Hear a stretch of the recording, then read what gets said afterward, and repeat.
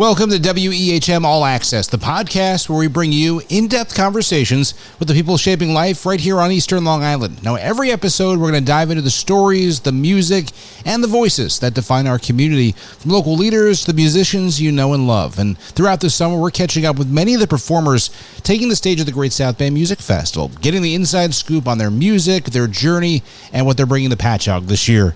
On this episode of WEHM All Access, we're joined by John Sparling of the Omen. It's a band built around heart healing and a powerful mission. We talk about how the group formed, how meditation and community shaped their music, and what they're bringing to this year's Great South Bay Music Festival. Here's our conversation on WEHM All Access. It's the EHM Breakfast Show with Harry coming to the stage at the Great South Bay Music Festival this year, part of our All Access podcast series that we're doing and interviewing all the bands that we can that are performing in Sunday, July 26th on the band shell at 5:20. It's the Omen. John Sparling, welcome. How are you, sir? I'm excellent. Thank you very much for doing this interview.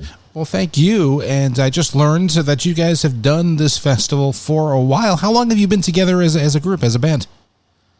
Yeah, the current iteration of the band has been together like 5 or 6 years, but we've been performing at the Great South Bay Music Fest for, I think, 10 years in a row, with the exception of COVID. Yes. Yeah, Well, take me back to the beginning. How did this project happen? Because clearly you have a greater purpose behind the name and kind of the whole feeling of the band. When did this start?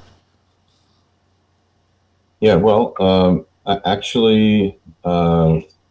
was just kind of a solo artist for a long time, and then one year my daughter had this really kind of terrible thing happen where 3 kids in her school, when they were 14, all took their own life in a matter of a few months. Oh my goodness! That's going back, some years. But yeah. Where are you from? Yeah, this was in Bayport, okay, Long Island at the time. I live in Bayport now, but we kind of decided I was getting into meditation, and we were going through some tough times with my family, so I was really worried about my daughter and the kids. So I came up with this song that kind of was, I think, divinely inspired, called Forever Came Too Soon. And it's probably one of our best streaming songs and one of our more popular songs still to this day. But my kind of meditation on that was, if I give back to the community and if I go back to the universe and make teen suicide prevention a important cause, and we donate all our performance and streaming revenue to teen suicide prevention causes, that my family and my kids would be saved. Kind of my deal with the universe, and it's worked. So every year we try and write spiritual songs or songs that would help the universe, and or songs from the heart, and it's worked pretty well. Well, it's really a terrific idea and a great cause too. I'm curious, how did you mention 10 years at the Great South Bay? Obviously, COVID years, but as far as how did you get kind of started with the festival and Jim? Yeah, well, my first album was called Songs for Family and Friends, and it's probably been out, I don't know, 12, 14 years or something like that. But it got some notoriety, and Jim Faith learned about it, and he asked me to perform on, at the time it was called the Upcoming Artists stage. So I got in as kind of a new artist with the new album, and we had a good gig there, and a good response and turnout. So Jim Faith has had us back almost every year, trying to promote local artists that do original music. And my career kind of in the law, I was a lawyer too. My career took off, and we've been a sponsor too for the festival, and I've represented the festival on different things, negotiating contracts now too. And it's just been, the relationship has mushroomed with the festival in many different ways, and he was very happy. We have a new album out called Songs from the Heart, which I was hoping to promote on this call as well. And he heard it, loved it, and said, "You've got to play at the festival again this year." So we are promoting the new album and our cause, teen suicide prevention. The band started for a very important reason. How has it changed over the years that you've been together? You mentioned 5 or 6 years. How has this band changed now with the new record? What's different musically from when you first started? No, we're still kind of doing songs that are connected from the heart, spiritual songs. Promise of Your Love is one of the songs on the album. The song called Hey Trey is about my grandson. Oh, wow. We were on vacation in the DR, and I got stuck babysitting him, and all the family was out partying in the DR, and then he started playing with my guitar, and I showed him some chords, and next thing you know, we had a song. A pretty rock and blues song called Hey Trey about him. We've got Girl with the Stars in Her Eyes. We've got a great original artist as well who's in the band, Julia DeGasperis, and she sings on the song called Lovin' from the Inside, which really was a COVID song. Everyone was stuck. We were stuck inside and on lockdown for an entire year, and so that kind of spawned this song "Lovin' from the Inside." So all the songs still are definitely connected to the heart, but we still are involved in doing gigs and in promoting awareness for teen suicide prevention, and that meditation, going inside, connecting with your true divine self, can help you through the storm of bullying and all the crazy things that our kids have to go through with the internet and media and all that. So if you connect through the heart and meditate, that can overcome all of the crazy challenges we have. You mentioned meditation, and I'm curious where the name kind of makes sense, where it came from. The Omen, and OM and EN. How did you arrive at that? And I'd imagine it was inspired by meditation as well. Yeah, absolutely. I follow a spiritual practice called Siddha Yoga, and it's more of a Hindi and Eastern Indian tradition. It started in India and came over to the U.S. in the 70s. And the the idea of meditation is you have a mantra or some kind of connection that allows you to go inside and get rid of all the monkey mind chatter and all of the craziness that we have in the world and connect with our divinity. So my mantra is an old mantra handed down from the gurus and masters over the years, which is Om Namah Shivaya, which is kind of a very popular and well-known mantra. But Om, and that means I bow to the divinity within us all.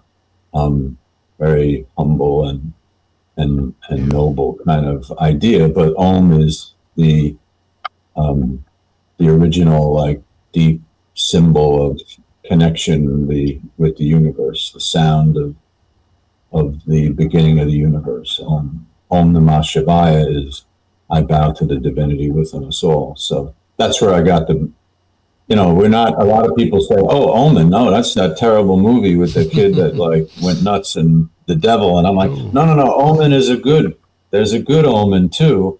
And we're the good omen. We're not, it's not the movie, it's the spiritual symbol. But were you involved with meditation and I believe you mentioned yoga for a while before the band? I was, yeah.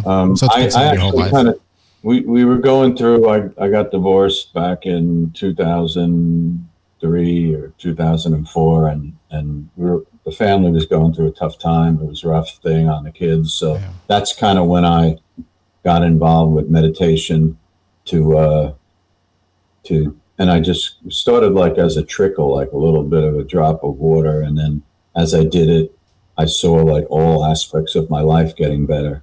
My life personally with my love interests and my children and family, and then my career as a lawyer and songwriter took off as well. So it's something that is definitely relaxing, and it's self-help and it keeps you on a good path. You mentioned you've got a new record with this project out. How long did that take to put together? Was it something that kind of songs collected over the years, different inspirations? How long did it take to really know it was ready to go? Yeah, well, we wanted to get something out. We just played Montauk Music Festival, and we did main stage at that festival, and that was great. So we wanted to get an album together for this year and for the Great South Bay to have, something new. Yeah. Some of those songs that are on the album were written, 10 years ago, and were just sitting in limbo or hiatus and pulled together. Others were written in 2026.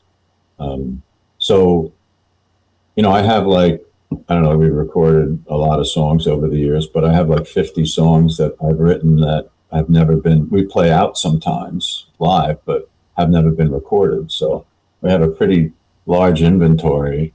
Some of the songs had been, one of them actually was recorded, had a rough track from 2014, and we listened to it again and we're like, oh, that's really good. How come we never did anything with that?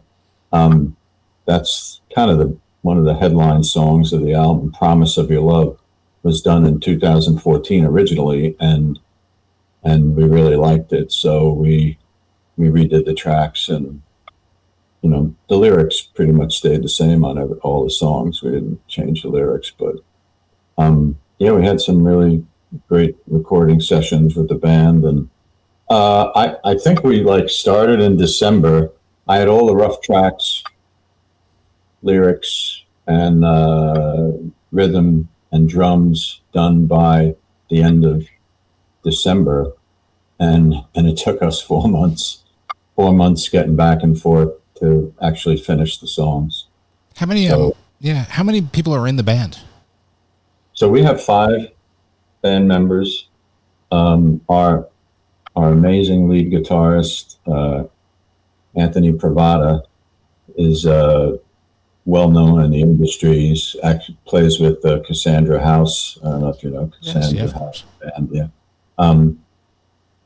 He's been in the band for 6 years. Julia DeGasperis is keyboards and lead and backup vocals.